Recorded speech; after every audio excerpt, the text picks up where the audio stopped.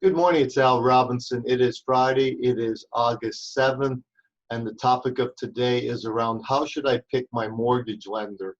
I think there's a lot of things to consider in this regard, and let me give you a few ideas that I think are important. And yes, that I figured you needed a winter scene given it's going to be 100 degrees plus today in South Florida. But in any case, I think one of the big things to think about is to consult, and there's two different things. One is if you're buying a home, and one if you're refinancing a home. So let's go with the buy side first. I think I would lean on the realtor that you're using first and get their recommendations of a lender. Obviously, the realtor doesn't get paid if they don't close on that property, and most transactions need financing. So typically, they've aligned themselves with lenders that know what they're doing, that are experienced, that are local, and have your best interest at heart. Because if they don't close or they give a false pre-approval, then everybody's wasted their time. So number one is I think I would lean on the realtor involved. Secondly, I would check with friends, family members, coworkers to see if they've had a good experience with a particular lender in the area. And I know I keep harping on local, but I think it matters a lot. So when things go wrong, if they do, you have local person, local departments versus have to dealing, if you're in South Florida, with Iowa or Chicago or a call center in Austin, Texas. If you could actually get in your car, go to the office, talk to the underwriter, processor, office manager, I think you'll be way ahead of the game.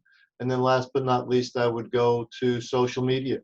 I would check on references. I would check on YouTube. I would go to any type of social media and see if you can get comfortable with the lender that you don't know.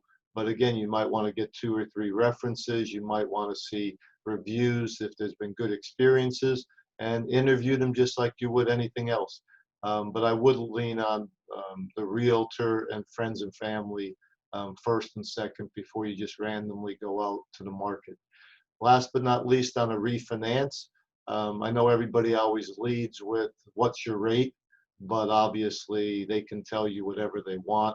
What they deliver at the end may not be what happens at the beginning. So back to, I'd go to friends and family looking for references, maybe a past lender that you've used if you've had a good experience with them, and then maybe your local banker, whoever you have your checking and savings account with. But I would do a couple things. One is make sure they're local. I would also make sure that they have some years of experience with that particular lender. I just got a call the other day from a realtor in Jacksonville who had a friend, mortgage person, but wasn't real comfortable that the friend had enough experience. So kudos to them for recognizing it. I've had a friend that let a customer in their car on a purchase, and turns out it got denied 3 weeks later because the mortgage person didn't ask the proper questions up front about a bankruptcy. So I would go to local, I would go to experience, and then look for reviews and recommendations online. Typically, if you Google a loan officer, you can see if they have social survey, or you can see if they have Zillow recommendations, things like that. Have a great weekend. It's Friday. It's August 7th. If I could be of help, you can always reach me at 954-415-6133. And you can also go to my website at borrowsmart.biz, B-I-Z. Have a great day.